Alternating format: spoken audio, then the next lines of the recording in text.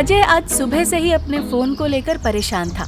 बड़े भैया, इस फोन की स्क्रीन बार बार रुक रही है, समझ नहीं आ रहा है क्या करूं। अरे इसमें सोचना क्या, गली के बाहर पप्पू मोबाइल वाला बैठता है ना, उसे दिखा दे, वो झट से ठीक कर देगा। बड़े भैया, हमको अपना फोन बनवाना है, उसका पोस्टमार्टम नहीं करवाना। वो पप्पू मोबाइल वाला कम, कसाई ज्यादा है, एक नंबर का चोर है, चोर। क्यों भाई, ऐसा उसने क्या किया?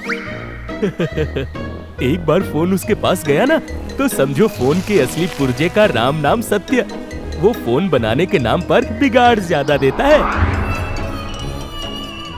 रमेश भैया हमको बोले हैं कि ऐसा कौनो फोन नहीं है जो भैया आप ना बना सकें। हाँ हाँ, आप एकदम ठीक जगह आए हैं। बस 2 मिनट दीजिए, हम फोन खोलकर देख लें एक बार कि दिक्कत कहाँ है। पप्पू दुकान के दूसरे कोने में जाकर कुछ औजार से फोन खोलता है।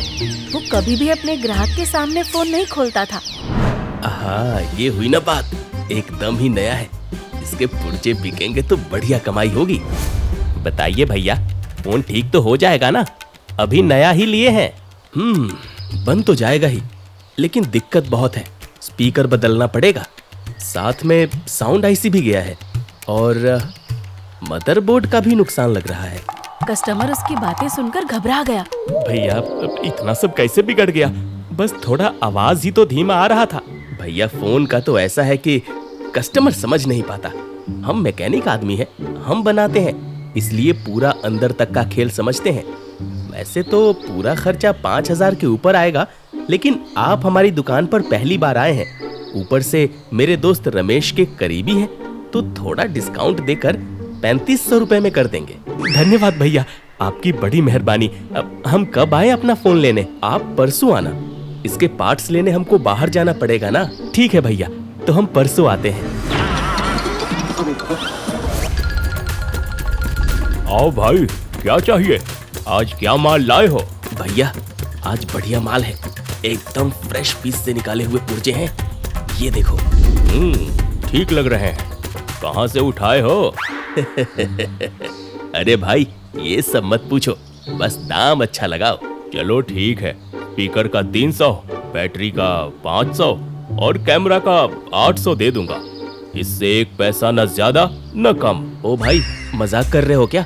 ये सब असली पार्ट्स है, कम से कम 2000 तो बनता है। यहाँ रोज ऐसा माल आता है, इससे ज्यादा नहीं मिलेगा। जाओ, जाकर कोई और दुकान देख लो। अरे ले लो यार, जो भी दे रहा है। यहाँ ज्यादा बहस करोगे तो अगली बार कोई नहीं खरीदेगा। ठीक है, चलो भाई दे दो, मान गया ये, लेकिन अगली बार थोड़ा अच्छा भाव लगाना। हाँ ठीक है, अगली बार और बढ़िया माल लाना। सोहन काका अपनी लाठी टेकते हुए दुकान में आते हैं।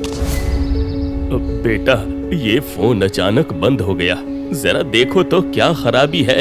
इसमें मेरी पोती की तस्वीरें हैं। अभी देखता हूँ। पप्पू फोन दूसरे कोने में लेकर गया और फोन चेक करने लगा।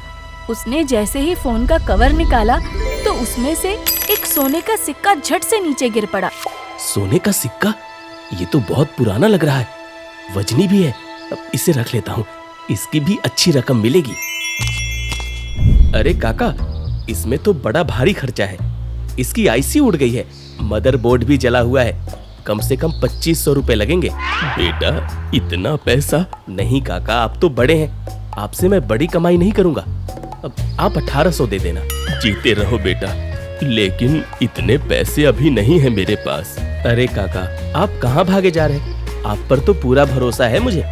कल जब फोन लेने आना तब पैसे दे देना। ठीक है बेटा, अब मैं चलता हूँ। पप्पू वो सिक्का चुपके से अपनी दराज में छुपा लेता है और फोन में एक पुरानी घटिया बैटरी डाल देता है। क्यों जी, आपने तो कहा था कि हमें नया फोन दिलाएंगे, अभी तक नहीं दिए।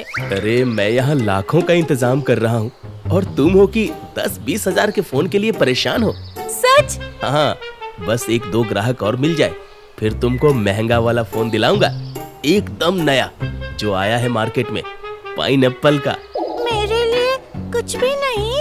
अरे ऐसा कभी हो सकता है क्या? पापा अपनी बिटिया को भूल जाए? तुम्हारे लिए एकदम नया कपड़ा और सैंडल लाएंगे तुम्हारे पापा। आप खा क्यों नहीं रहे हैं? और लीजिए ना। अगले दिन सोहन काका अपना फोन लेने वापस आए। उन्होंने उस फोन के 1800 रुपए भी भर दिए। अब बेटा पप्पू, इसके कवर में मेरा एक सोने का सिक्का था, वो कहाँ गया? सिक्का? कौन सा सिक्का? इसमें तो कुछ भी नहीं था। बेटा वो मेरे पुरखों का आशीर्वाद है, उसको सालों से मैं अपने पास सहेज कर रख रहा हूँ। इसी फोन के कवर में रखा था। क्या सिक्का सिक्का लगा रखा है काका? मैं यहाँ फोन बनाता हूँ या आपके सिक्के संभालता हूँ? बेटा ऐसा मत करो, वो मेरा पुश्तैनी सिक्का है। ओ काका, तुमको क्या मैं चोर नजर आ रहा हूँ? अरे खुद कहीं रख कर भूल गए और अब मेरे पीछे पड़ रहे। जाओ यहाँ से, नहीं है तुम्हारा सिक्का मेरे पास। बेटा भगवान देख रहा है, ये तुम गलत कर रहे हो। चलो चलो, तुमको फोन मिल गया ना, अब जाओ यहाँ से। पप्पू ने काका को दुकान से धुतकार कर बाहर निकाल दिया। कुछ देर बाद एक बड़ी सी गाड़ी पप्पू की दुकान के सामने आकर रुकी। क्या तुम पप्पू हो? नहीं, लप्पू हूँ, लप्पू सा सचिन। अरे बाहर दुकान पर इतना बड़ा बोर्ड लगा है ना, नाम नहीं पढ़ सकते? रमेश ने जैसा बताया था बिल्कुल वैसे ही हो तुम। रमेश ने? उसने क्या बताया? यही कि एकदम मुंह फट हो तुम। बताइए क्या काम है? तुम्हारा दोस्त रमेश मेरे यहाँ ही काम करता है। उसने बताया कि तुम फोन क्लोन करना जानते हो। मुझे मेरी मंगेतर पर शक है। मुझे लगता है कि वो धोखा कर रही है मेरे साथ। उसके फोन के मैसेज, कॉल्स, सब कुछ मुझे मेरे फोन पर चाहिए। अच्छा, लेकिन काम जोखिम भरा है, हम नहीं कर सकते। ज्यादा बनो नहीं, तुम्हारा सारा कच्चा चिट्ठा मुझे पता है। बस मुंह खोलो कि कितने पैसे चाहिए। वाह, आप तो मुझे बहुत अच्छे से जानते हैं। चलो फिर 10,000 दे देना। ठीक है, लेकिन काम एकदम सफाई से होना चाहिए। अगर एक भी चूक हुई ना तो ये 10,000 तुमको बहुत भारी पड़ेंगे। साहब भरोसा रखिए, सब एकदम ठीक से हो जाएगा। करण अपना और अपनी मंगेतर का फोन पप्पू की दुकान पर छोड़कर चला गया। हाथ में इतने महंगे फोन को देखकर पप्पू की नीयत डोल गई। पप्पू उसी दिन शाम को ही चोर बाजार जाता है और करण की मंगेतर के फोन के असली पार्ट्स को बेचकर कुछ डुप्लीकेट पार्ट्स खरीदकर फोन में लगा देता है। ये लो, बन गया तुम्हारा फोन। देखो, ग्लास भी नया लगा है और पहले जैसे रुक रुक कर भी नहीं चल रहा। Thank you so much. तुम्हें पता है मैं बहुत परेशान हो गई थी इस फोन के चक्कर में। अब मेरे रहते तुम्हें किसी भी चीज के लिए परेशान होने की जरूरत नहीं है, मैं हूं ना। आई नो, लेकिन ये फोन तुमने कितने प्यार से दिया था और मुझसे गिर गया था तो मुझे बहुत डर लग रहा था। अरे ऐसे 1000 फोन मैं तुम्हें ला कर दे दूंगा। इतनी छोटी छोटी बातों के लिए स्ट्रेस मत लिया करो यार। रिया अपने सोफे पर बैठी चाय पी रही थी। तभी किसी ने उसके घर का मुख्य दरवाजा जोर से खटखटाया। पुलिस, दरवाजा खोलिए। एक भारी आवाज गूंजी। क्या प्रिया है?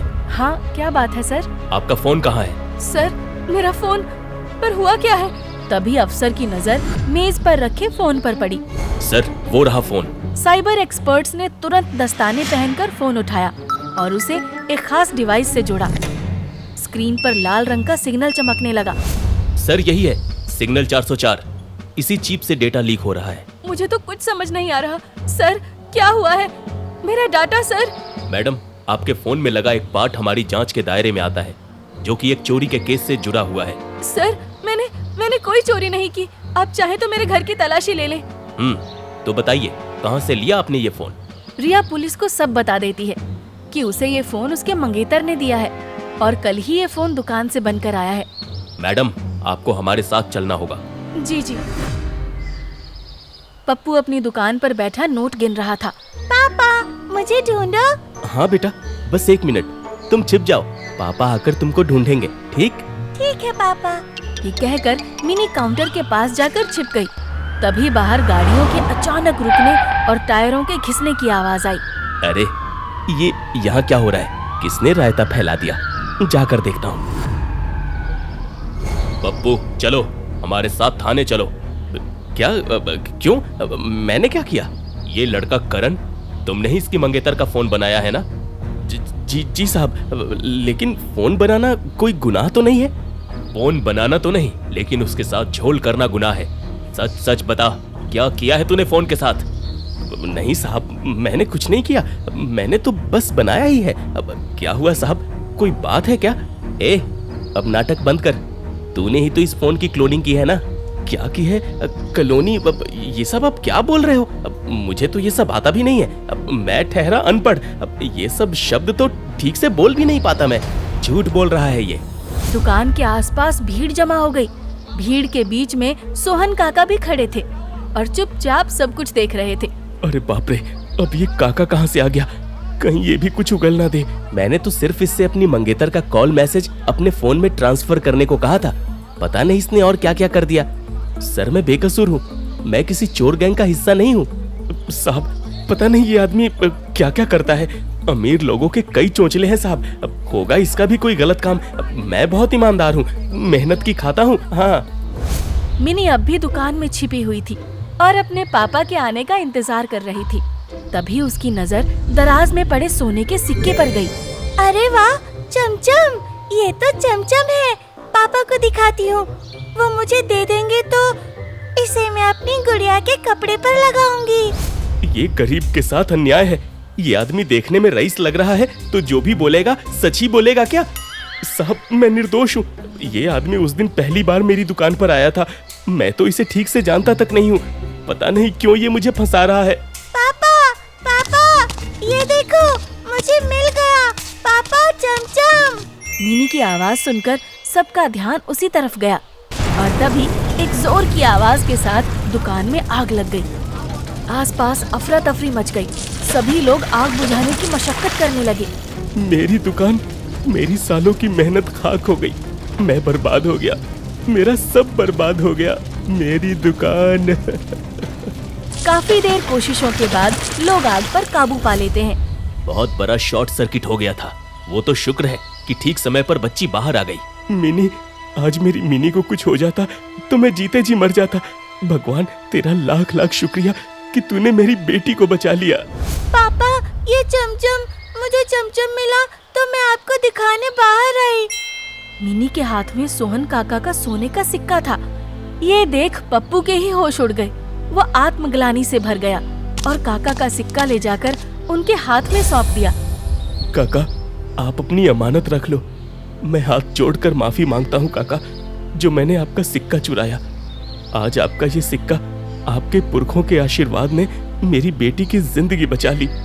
ये सब मेरे कर्मों का फल है, जो आज मेरी चोरी और लालच की कमाई से बनी दुकान जलकर खाक हो गई। अगर आज ये सिक्का लेकर मिनी बाहर नहीं आती तो अनर्थ हो जाता। बेटा मैंने तुमको माफ कर दिया है।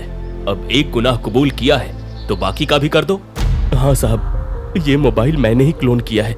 मैं अपने कस्टमर के अच्छे और महंगे फोन के असली पार्ट्स निकालकर चोर बाजार में बेच आता था और उसके बदले मैंने सभी फोन में डुप्लीकेट पार्ट्स लगा दिए। इस काम में और कौन कौन है तुम्हारे साथ? मेरा जिगरी यार रमेश, वो मेरे लिए कस्टमर लेकर आता है। इस काम से जो भी पैसा बनता था उसे हम आपस में बांट लेते हैं। मुझे माफ कर दीजिए साहब। हाँ, मुझे भी माफ कर दीजिए सर। रिया तुम भी मुझे माफ कर दो। करण, मेरी नजरों में तुम्हारी गलती माफी के लायक ही नहीं है। किसी भी रिश्ते में भरोसा बहुत मायने रखता है। अगर तुम्हें किसी कारण मुझ पर शक था भी तो तुम सीधे मुझसे आकर पूछते, हम बैठकर बात करते। लेकिन नहीं, तुमने तो ये सब करना ज्यादा सही समझा। मैं तुम्हें माफ नहीं करूंगी। आज के बाद हमारे बीच कोई रिश्ता नहीं है। चलो तुम्हारे साथी को भी घुमा लाते हैं। पुलिस ने जालसाजी, धोखाधड़ी और चोरी का माल बेचने के मामले में पप्पू और रमेश को गिरफ्तार कर लिया। इसी के साथ निजता का उल्लंघन करने के लिए करण को भी गिरफ्तार किया गया।